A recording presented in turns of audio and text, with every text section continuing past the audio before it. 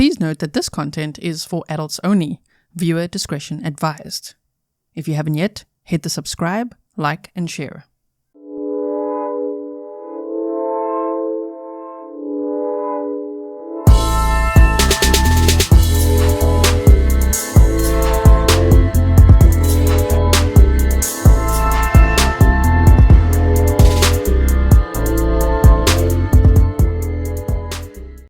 Welcome back to another episode of Grizzly True Crime. My name is Grizzly, and if you missed the live stream with all the latest Long Island serial killer or Gilgo Beach murders updates, this is a video for you. So that is a little bit of a longer episode, the live stream, because of course we're interacting as a community, and we got to watch the press conference together that happened on September 27th of 2023. And then I also read through an article that I'm going to link in this description box for you in case you want to read it yourself. So this is just to go over some of those updates so that you don't miss it in as a short amount of time as possible, so that I save you time for those of you who are pressed for time. So if you do not follow CRAIGSLIST on X, formerly known as Twitter, check them out. They always post such beautiful pictures of the victims in this LISK case. Now, as we know, Rex Heurmann, the suspect, has only been charged with 3 out of the 4 Gilgo Four murders, and investigators are now working on seeing if he was involved in any of the other murders of the victims that were found within that area and beyond. On September 27th of 2023, suspected serial killer Rex Heurmann, who's been formally charged with the murders of Melissa Bartholomew, Megan Waterman, and Amber Lynn Costello, was in court for a status hearing. He is the prime suspect in the murder of Maureen Brainard Barnes. And man, all of these victims' families have been waiting so long for answers. I know I've seen interview clips and heard podcast episodes where Maureen Brainard Barnes' family, they so want justice, and I really hope that they get it soon. So, September 27th, 2023, there was the status conference. Rex Heurmann was in court, and he told the judge that he's allowed to view up to 4 hours of discovery materials a day, but he's been viewing it for about 2 to 3 hours a day. So I don't know if he's trying to get like brownie points or say what a good boy he is. I'm not too sure why he feels the need to say that, but okay. His wife, Asa, who has filed for divorce, is requesting guns and jewelry back that the investigators took in that search warrant so that she can sell them. Apparently, the value is estimated at around $300,000. So that would help her survive. He has pleaded not guilty, and he's due back in court on November 15th of 2023. So we'll have a look. Of course, they don't usually in New York have cameras in the courtroom, so usually you can't see the court proceedings live, but they would often have these media briefings or press conferences right after he's in court, and that is normally what we look at together. So I'm also going to link the live stream for you in case you do want to check that out and hear the commentary on that media briefing. This is a picture of Rex Heurmann when he was arrested, and you can see he's in his smock so that he doesn't take his own life, right? And on the right-hand side would be him on September 27th of 2023 in court with his haircut and suit and collared shirt and all that.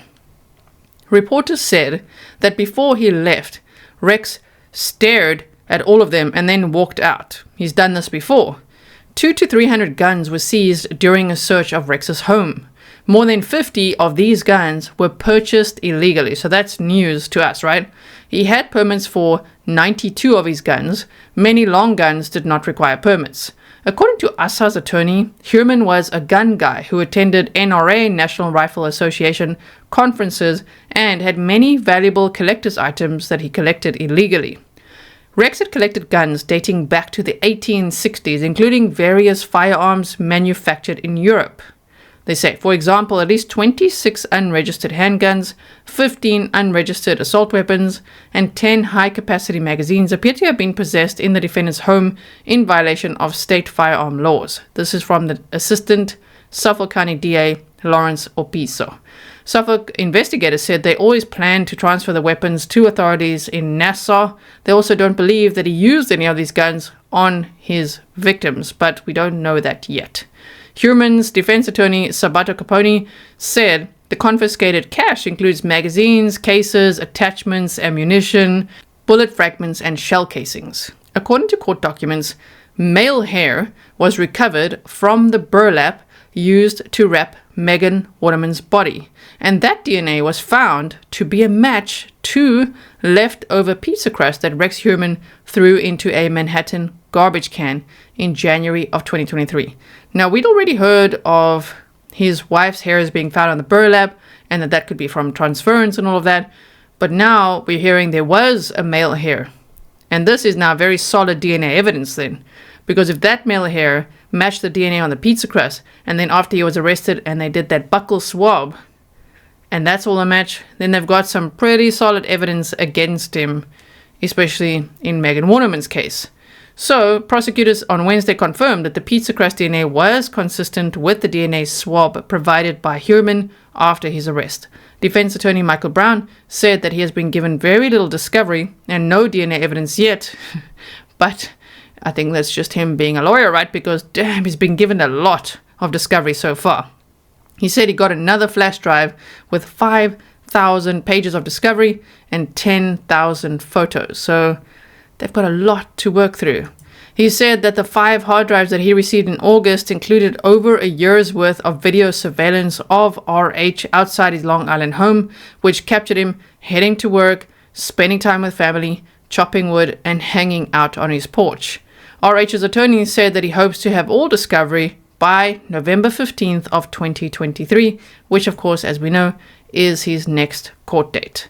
And then another bit of news was that Shannan Gilbert's attorney. If you don't know anything about this case, please do check out the playlist that I've linked for you in the description box.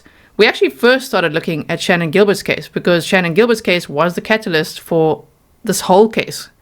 Her going missing and investigators looking for her led to the discovery of 10 bodies. That is so scary. And then they found her. So her family attorney, John Ray, says that based on the evidence and his investigation, Shannan was murdered and he believes there is a link to Rex Heuermann. He says that he believes the people who are responsible for murdering Shannan are connected in some way to Rex. So I'm not sure how strong the connection would be. According to his theories and beliefs, it could just be, of course, as we know, for example, the former police chief, for example, who's been rumored to have connections there in that Oak Beach area as well. He was using the services of sex workers. And so maybe it's a link like that, like, oh, these people that, you know, maybe that's how the connection is. I'm not too sure. I know that there's a lot of work to be done with all the victims' remains that were found there at Oak Beach and Gilgo Beach and all along Long Island and beyond, actually. Vegas, countrywide, everywhere. They're looking into so much because Rex, of course, is a suspected serial killer. And he could be responsible for many more murders than we could even imagine. So we've got those few updates. And that was actually about it. Other than these updates, all we looked at was that media briefing, which I would recommend you check out. And then also we just read through an article where they said they are actually currently interviewing up to 120 former sex workers, specifically about Rex Heuermann and if any of them encountered him. And at least 2 have said that they did encounter him and that he was so violent it frightened them. So that's very interesting now as well, is that they are finally listening to sex workers and what they've got to say about Rex Heuermann, which could have been one of their clients. So we shall see if that even adds to the case. The district attorney, Ray Tierney, said that they've got a very strong case against Rex Heuermann, but the more information, the better. So I hope that they can get some good information from all these interviews. Of course, Rex Heuermann is innocent until proven guilty in a court of law, and we shall keep our eye on this case. At the end of the day, we all want the same thing. We want justice for the victims, for all of them. There's still a few victims that need to be identified. There was one that was recently identified. Fire Island Jane Doe was identified as Karen Vergara. So that was amazing to see after all this time. So we shall see if others are also going to be identified soon. There is rumor that they will be. So we'll keep an eye on that. Thank you so much for watching, and I will see you in the next one. Stay safe.